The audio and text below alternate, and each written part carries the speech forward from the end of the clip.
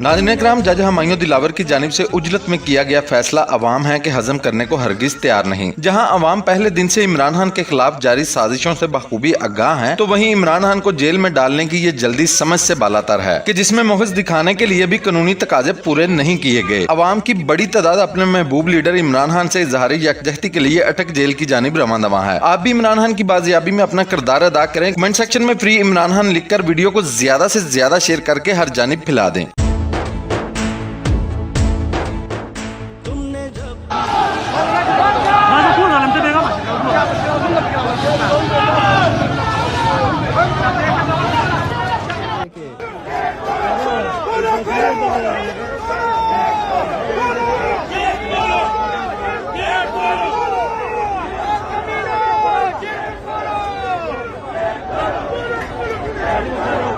Thank you.